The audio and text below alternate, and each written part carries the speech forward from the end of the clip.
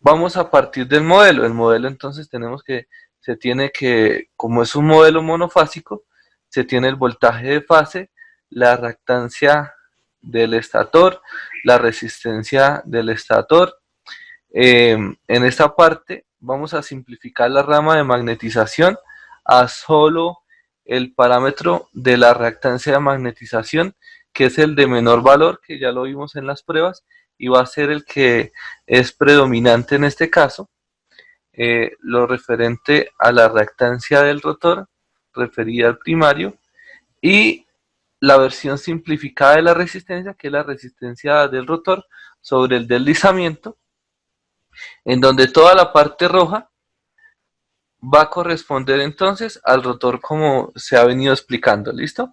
Entonces, el detalle de simplificar este modelo, lo que busca es dejar los parámetros del rotor que son esenciales, fundamentales, porque cuando hicimos un ejercicio, la rama de magnetización intermedia hacía que la solución fuese complicada.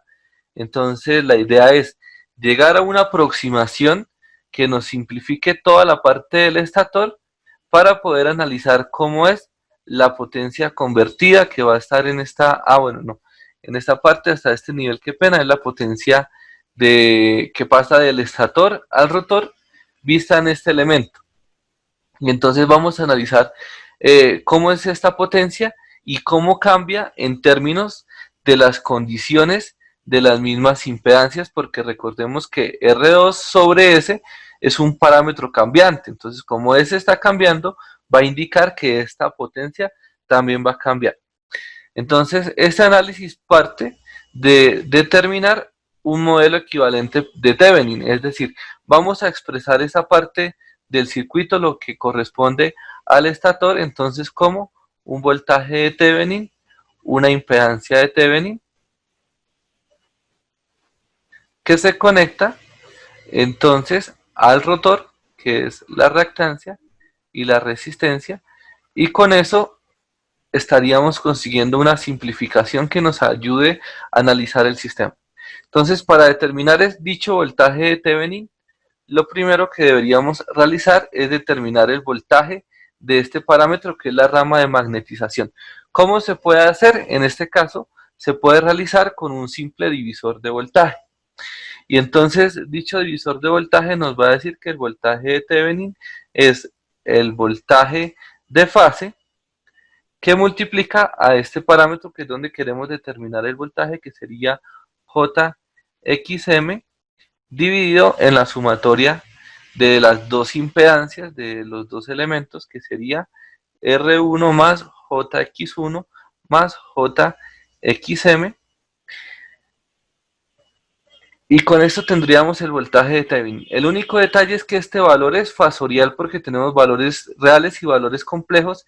Si quisiéramos expresarlo en magnitud, nos quedaría entonces que la magnitud del voltaje de Thevenin va a ser igual al voltaje de fase por XM sobre la raíz cuadrada de la parte real, que sería R1 al cuadrado, más la parte imaginaria, que sería X1 más XM al cuadrado, y tendríamos que esta es la magnitud del voltaje de fase.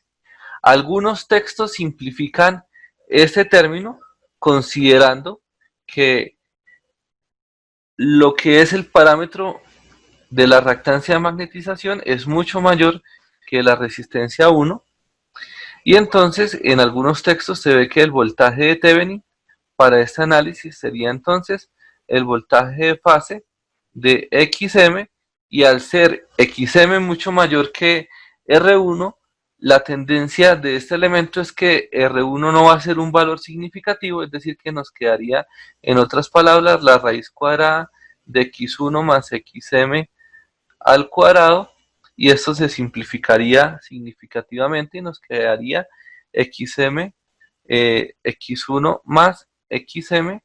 Y entonces esta es una aproximación, y de esta forma se obtendría el valor exacto de dicha magnitud del voltaje de Thevenin. Entonces hasta acá hemos determinado el valor de la fuente de voltaje. Nos faltaría determinar la impedancia de Thevenin necesaria para este sistema. Entonces vamos a analizar la impedancia de Thevenin, ¿listo?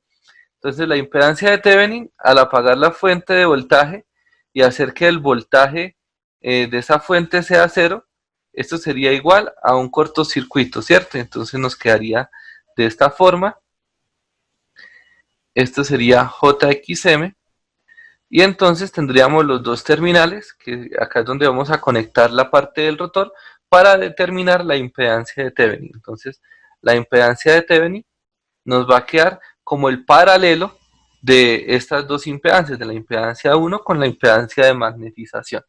Y entonces nos quedaría como la multiplicación, que sería JXM, que multiplica la impedancia del estator, que sería JX1 más R1, dividido en la sumatoria de los dos, es decir, R1 más JX1 más JXM. Y entonces, aquí los textos se tratan de separar la parte real y la parte imaginaria. Entonces, expresarlo como resistencia de Thevenin más la reactancia de Thevenin en el eje imaginario. Y realizando esta separación, se llega a la siguiente expresión.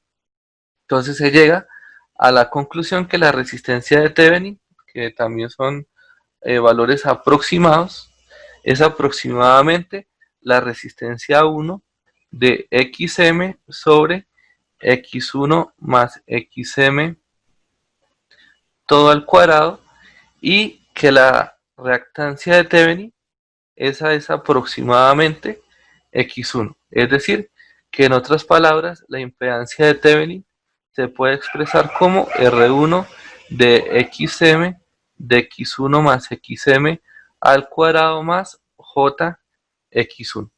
Y esta sería entonces la impedancia de Thevenin de nuestro sistema. Ya con este valor, entonces se puede expresar un equivalente del circuito. Entonces el circuito va a estar conectado al voltaje de Thevenin que se calculó, y en esta parte vamos a tener la impedancia de Thevenin. Acá en esta parte, toda la parte del rotor, y esto que sería R2 sobre S.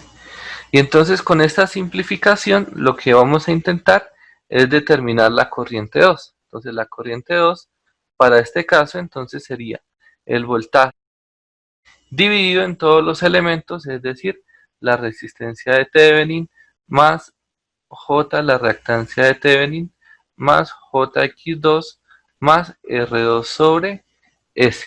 Dicho de otra forma, si nos centramos únicamente en la magnitud, entonces nos quedaría que la magnitud de la corriente 2 sería el voltaje sobre la raíz cuadrada, y hacemos lo mismo en la parte real, que sería la resistencia de Thevenin más R2 sobre S al cuadrado más X2 más X de Thevenin.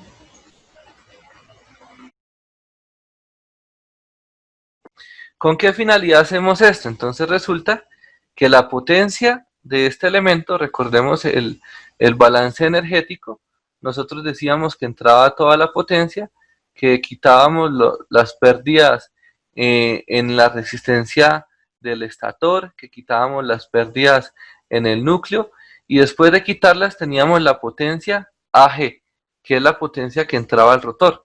Esa potencia AG está modelada por este elemento. Entonces la potencia AG para este caso sería entonces 3 veces la corriente 2 al cuadrado por R2 sobre S.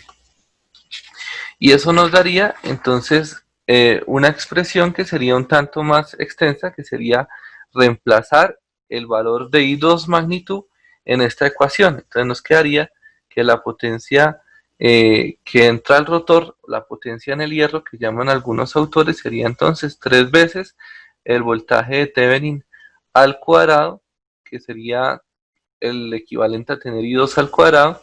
En la parte inferior ya no vamos a tener las raíces, vamos a tener resistencia de Thevenin más R2 sobre S al cuadrado más X2 más X de Thevenin al cuadrado. Y todo eso que multiplica a R2 sobre S, que es esta parte del término. Hasta acá tenemos lo que sería la potencia que se va a transferir del estator al rotor. Para expresar esto en términos del torque inducido, entonces se puede analizar que la potencia en el núcleo también se puede determinar como el torque inducido por la velocidad de sincronismo.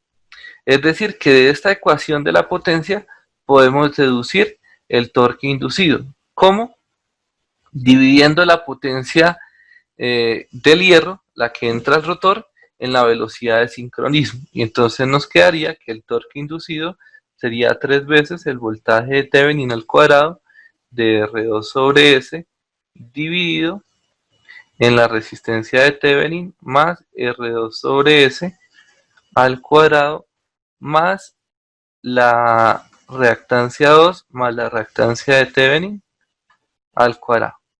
Y esta, muchachos, es la ecuación del torque inducido. ¿Qué se debe analizar de este sistema? Entonces, de este sistema se debe analizar lo siguiente. Entonces, esta expresión, que es el torque inducido, tiene un comportamiento de la siguiente forma. Entonces, si esta es la velocidad de sincronismo, recuerden que es lo que se tiene allá, y esta es el torque, es decir, vamos a graficar una curva velocidad par, nos va a dar que la curva velocidad par es de esta forma. Recuerden que lo que es el torque inducido, que lo hemos expresado en esta parte, va a cambiar en términos de que el deslizamiento cambie, es decir, si la velocidad cambia, el torque inducido cambia, y la curva de dicha ecuación estaría dada de esta forma. Entonces, ¿qué podemos sacar como conclusión de esta curva? Entonces, el torque en este punto es el que vamos a llamar el torque de arranque. Normalmente es el 200% del torque, es decir, que si acá tenemos el 100% del par, este sería el torque nominal, y el torque de arranque normalmente es el doble. Puede cambiar en dependencia de la resistencia, ya vamos a analizar este escenario, y existe un punto que es el torque máximo que va a expresar el sistema. Ese torque máximo es supremamente importante. ¿Por qué? Normalmente la máquina va a funcionar con torque nominal. Si ustedes aumentan el torque en la máquina, la velocidad va a tender a reducirse.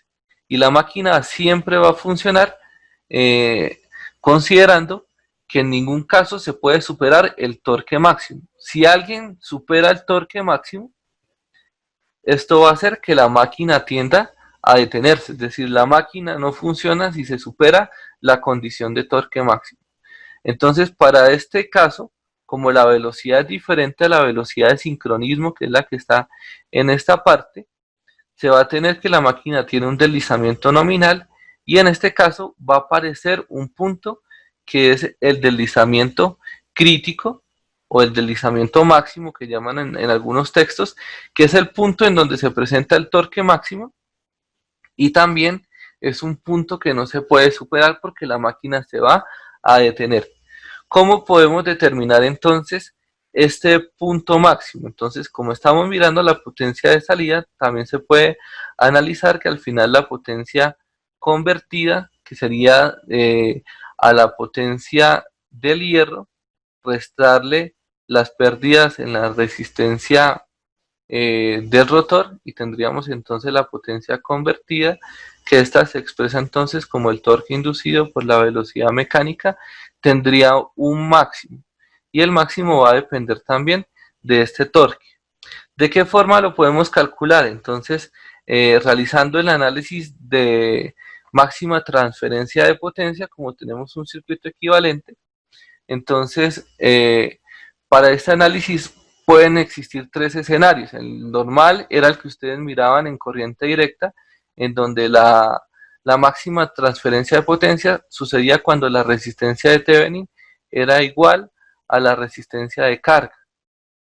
Otro escenario es cuando usted tiene una parte real y una parte imaginaria. Entonces usted consigue que si tiene dos impedancias, la máxima transferencia de potencia se consigue cuando la impedancia de Thevenin es el conjugado de la impedancia de carga.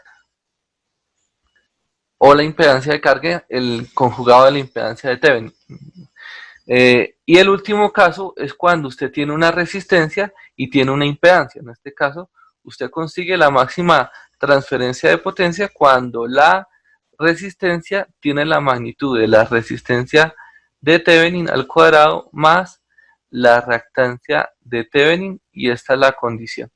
Entonces, empleando esta condición en el análisis, nos quedaría que para que la potencia sea máxima, el valor de R2 sobre S debería entonces ser la magnitud de la resistencia de Thevenin al cuadrado más la reactancia de Thevenin más X2 al cuadrado.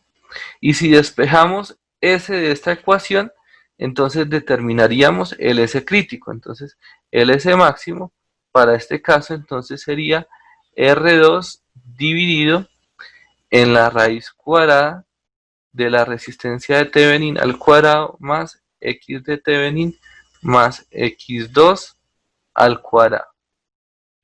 Y reemplazando este S en la ecuación del torque inducido que tenemos acá, es decir, vamos a trabajar con este S despejado, el S máximo, nos daría entonces que el torque máximo va a ser igual a 3 veces el voltaje de Thevenin al cuadrado sobre 2 veces la velocidad de sincronismo, que multiplica la resistencia de Thevenin más la raíz cuadrada de la resistencia de Thevenin al cuadrado más X de Thevenin más X2 al cuadrado. Y entonces esta sería la ecuación que nos va a reflejar la potencia máxima. ¿Qué queremos transmitir con esto? Entonces acá hay otra aseveración importante, que es que la magnitud de la resistencia del rotor también nos va a indicar en qué punto se presenta el deslizamiento máximo. Si la resistencia aumentara, el punto o el S crítico se va a desplazar, y se puede desplazar de esta forma. Y podemos desplazarlo hasta tal punto que prácticamente en el arranque se presente el punto de torque máximo. Y eso se hace cambiando la resistencia del rotor. La resistencia del rotor solo se puede cambiar en la máquina de rotor bobinado. En las de jaula de ardilla, entonces en dependencia de cuánto sea la resistencia del rotor, va a estar el punto de deslizamiento máximo para este caso.